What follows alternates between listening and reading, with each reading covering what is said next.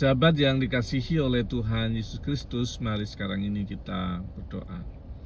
Kami mempersiapkan diri mendengar kebenaran firman-Mu, nyatakanlah kebenaran sabda-Mu kepada kami. Kami mohon dalam nama Bapa, Putra, dan Roh Kudus. Amin.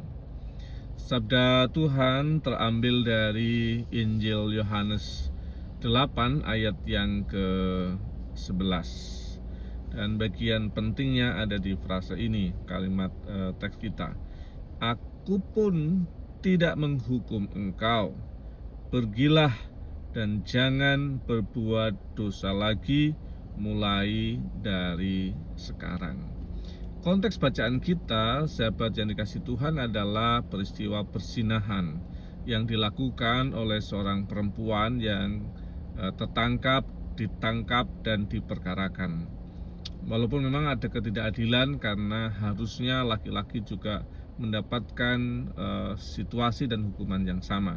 Tetapi itu hal yang lain. Kita mau fokus saja pada sikap dari orang-orang pada waktu itu yang semangatnya adalah menghukum.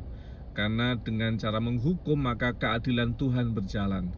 Setiap dosa harus diadili dan setiap dosa harus dihukum, supaya ada keadilan yang terjadi dalam kehidupan kita.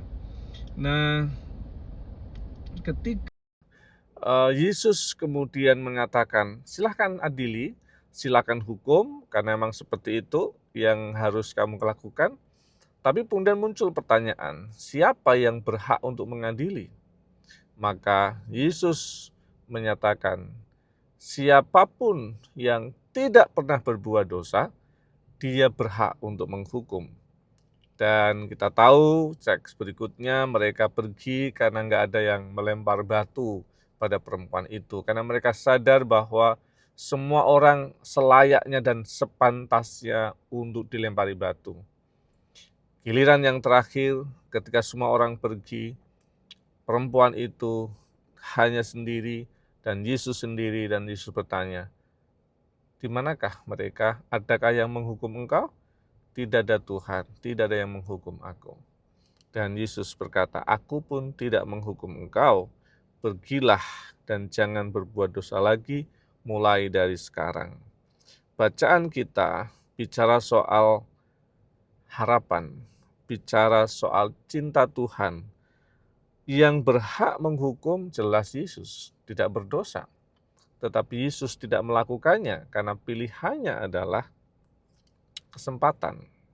Ketika menghukum itu sebagai puncak keadilan Allah, ternyata lebih besar kasihnya daripada hukuman itu. Sehingga ada kata penting yang harus kita sadari bahwa Yesus tidak menganggap remeh dosa. Yesus tidak memaklumi persinahan itu. Yesus tidak mengizinkan persinahan itu. Tetapi Yesus tidak memilih hukuman akhir, mengakhiri kesempatan. Jadi ini yang harus kita miliki. Sikap hati kita terhadap cinta Tuhan adalah jangan meremehkan dosa. Dosa ya dosa, tidak boleh dikompromi dengan apapun. Tetapi cinta Dia memberikan kita kesempatan dan tidak memotong harapan, tidak mengakhiri kesempatan, memberi peluang atas kesempatan. Itu yang harus kita sadari. Oleh karena itu, kita dipanggil di masa-masa prapaskah ini untuk menyadari dosa kita sendiri, dan Tuhan tidak suka dengan dosa itu.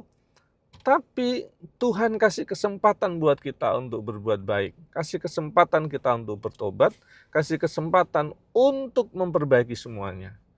Kalau sudah dikasih kesempatan dan tidak menggunakannya, maka akan ada hukuman akhir nantinya dan harus dipertanggungjawabkan semuanya kepada Tuhan. Ada nanti waktunya, bukan sekarang. Sekarang adalah anugerah untuk punya kesempatan memperbaiki hidup. Itu seperti kalau kita jalan, kita pakai GPS, kemudian kita salah jalur, GPS itu kemudian akan menuntun kita, mengarahkan kembali sesuai dengan tujuan kita. Dan itu yang dikerjakan Tuhan. Tidak pernah kunjung selesai, terus senantiasa diarahkan, senantiasa dituntun oleh Tuhan. Selalu ada kesempatan. Tetapi kalau sudah diberi kesempatan, tidak dikerjakan atau menyanyiakan kesempatan itu, kita semakin jauh dari anugerah Allah, semakin mendekati hal-hal yang buruk karena kita menjauh dari perlindungan Tuhan. Kiranya Tuhan menolong memberkati kita semua. Amin. Mari kita berdoa. Bapa kami yang di surga, dikuduskanlah namamu, datanglah kerajaan-Mu, jadilah kehendak-Mu di bumi seperti di surga.